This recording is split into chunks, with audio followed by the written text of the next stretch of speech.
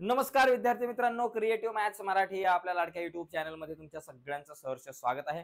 आज आपण चर्चा करतो इयत्ता 11वीच्या ऑनलाईन प्रवेश प्रक्रियेवरती। 11वीची तात्पुरती गुणवत्ता यादी जाहीर झालेली आहे। आता पुढे काय, ऍडमिशन प्रक्रिया कधीपासून सुरू होणार, बाकीच्या फेऱ्या कशा असणार, त्यांचं नियोजन कसं असणार, त्यांच्या तारखा काय असू शकतात, या सगळ्या मुद्द्यांवरती चर्चा करूयात।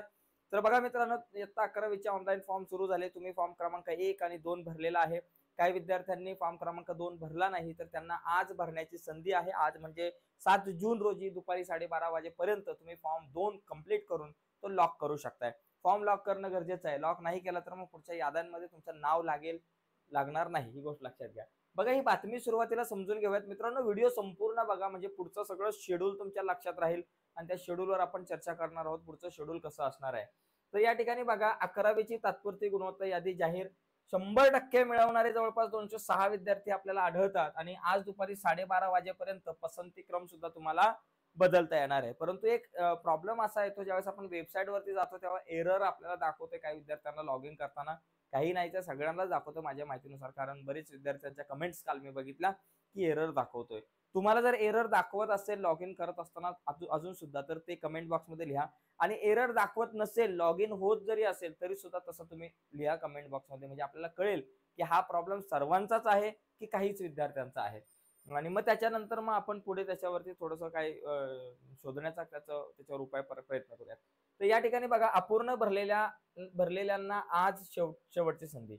बघा, दरम्यान 11वीच्या केंद्रीय ऑनलाईन प्रवेश प्रक्रियेसाठी अर्ज भरताना अर्धवट राहिलेल्या विद्यार्थ्यांना आता अर्ज पूर्ण करण्यासाठी अंतिम संधी देण्यात आली आहे।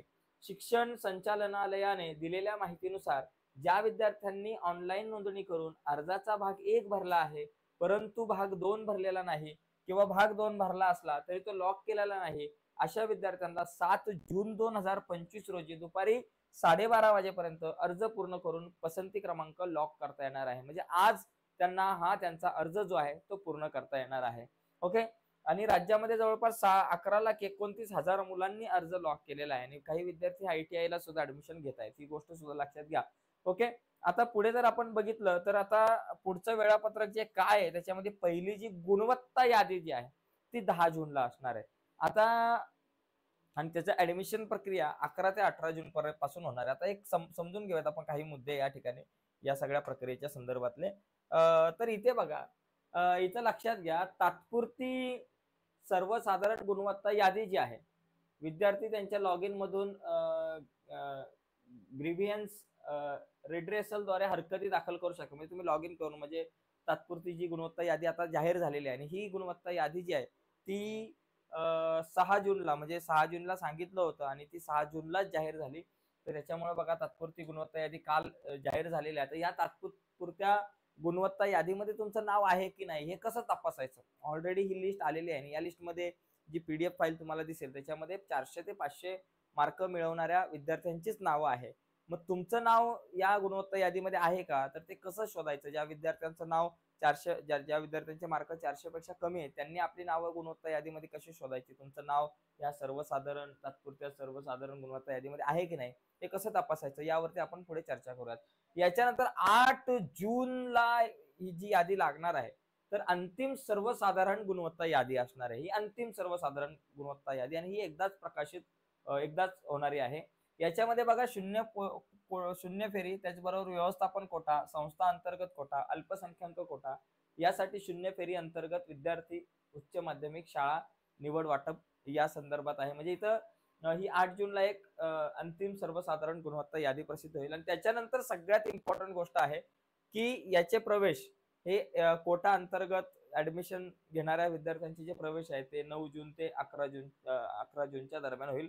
आणि 9 जूनला कॅप फेरी, इथे बघा लक्षात घ्या, इथं 9 जूनला कॅप फेरी असणार आहे। म्हणजे ऍक्च्युली पेपरमध्ये 10 जून दिलेला आहे आणि इथे सांगितलेलं आहे 9 जून, शक्यतो 9 किंवा 10 जून, नेमकी तारीख काय आहे ते थोडासा गोंधळ होतो। बोर्डाने आपल्या वेबसाईटवरती 9 जून सांगितलंय आणि 10 जून कुठं सांगितलेलं आहे आपण त्या पेपरमध्ये बघितलं, कदाचित थोडी पुढे पण 10 जून पण असू शकते, पण 9 जूनला जर लिस्ट लागत असेल, ही पहिली फेरीची यादी लागत असेल, तर त्याची व्हिडिओ मी पटकन बनेल। 9 किंवा 10 आपण पकडूनच चालायचं आहे। ही सगळ्यात महत्वाची कॅप फेरी आहे बघा, ही सगळ्यात महत्वाची। इथं जास्तीत जास्त बघा या ठिकाणी लक्षात घ्या, 9 जूनला किंवा 10 जूनला जी कॅप फेरी लागेल. गुणवत्ता, पहिली गुणवत्ता यादी असणार आहे. या 4 फेऱ्या असणार आहे. कॅप फेऱ्या 4 असणार आहेत आणि या 4 फेऱ्यांच्या अंतर्गत सर्व विद्यार्थ्यांची ऍडमिशन प्रक्रिया होणार आहे. तर या कॅप फेरीमध्ये पहिल्या फेरीमध्ये ज्या विद्यार्थ्यांचं नाव येईल त्यांनी ऍडमिशन घ्यायचंय. ज्यांचं त्यांचं नाव पहिल्या फेरीमध्ये नाही लागलं त्यांनी दुसऱ्या फेरीची वाट बघायची. दुसऱ्या फेरीमध्ये ऍडमिशन नाही झालं तर तिसऱ्या फेरीची वाट बघायची. तिसरीत नाही झालं की चौथ्या फेरीची. आणि 4 फेऱ्या झाल्यानंतर मग पुढची आणखी एक फेरी शेवटी खुली फेरी असणार, ज्याच्यामध्ये सर्वांचे ऍडमिशन होऊन जातील आणि प्रत्येक विद्यार्थ्यांचं ऍडमिशन होईपर्यंत ही प्रक्रिया चालू राहणार आहे असं सांगण्यात आलेलं आहे.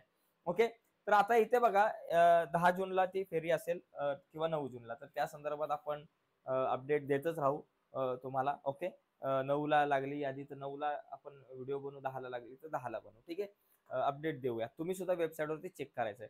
आता इथं प्रॉब्लेम असा आहे की आता जी सध्या सर्व तात्पुरती गुणवत्ता यादी आहे त्याच्यामध्ये तुम्हाला तुमचं नाव कसं शोधता येईल ते मी तुम्हाला सांगतो. तर सुरुवातीला लॉग इन करत असताना अशा प्रकारचा एक मेसेज मुलांना दिसतो, पण लॉग इन न करता सुद्धा तुम्ही तुमचं नाव शोधू शकता या लिस्टमध्ये आहे की नाही. मग त्यासाठी काय करायचं बाबा तुम्हाला सांगतो. त्यासाठी काय करायचं की इथे बघा, इथे एक या ठिकाणी तुम्हाला हे दिसेल, एक मिनिट, इथे बघा, इथे आपल्याला प्रोव्हिजनल मेरिट लिस्ट ऑप्शन आहे बघा. या प्रोव्हिजनल मेरिट लिस्टच्या ऑप्शनवरती आपल्याला क्लिक करायचंय. यावर क्लिक केलं की आपल्याला पुढे बघा या ठिकाणी इथे अशा प्रकारे आपल्याला इथे ऍप्लिकेशन नंबर, इथे बघा, इथे तुमचा ऍप्लिकेशन नंबर तुम्हाला ऍड करायचा. इथे ऍप्लिकेशन नंबर आपल्याला तुमचा ऍड करायचा. आता ऍप्लिकेशन नंबर म्हणजे काय, तुमचा लॉग इन आयडी. तुम्ही हे लॉग इन करताना जो आयडी वापरताय तो लॉग इन आयडी या ठिकाणी इथे टाकायचा. ओके, लॉग इन आयडी आपण इथं टाकला की लॉग इन आयडी टाकल्यानंतर इथं सर्चचा ऑप्शन आहे. फक्त सर्चच्या ऑप्शनवरती क्लिक करायचं आहे. सर्चच्या ऑप्शनवरती क्लिक केलं की त्याच्यानंतर बघा इथे आपल्याला तुम्हाला तुमचे डिटेल्स जे आहेत या ठिकाणी इथे तुम्हाला बघायला मिळतील. बघा इथे तुम्हाला प्रोव्हिजनल मेरिट लिस्ट मध्ये तुमचा कितवा नंबर आहे हे इथे बघायला मिळेल. तुमचा ऍप्लिकेशन नंबर तुम्हाला इथं दिसेल. तुमचे मार्क किती आहेत ते तुम्हाला इथं दिसेल आणि किती पैकी, तर 500 पैकी तुम्हाला हे मार्क असणार हे दिसणार आहे.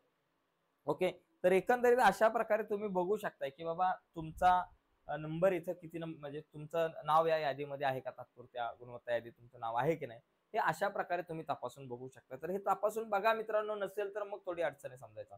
ओके, तर किती किती मुलांचं नाव आलेलं आहे ते मला कमेंट बॉक्समध्ये सांगा, जेणेकरून मला समजेल.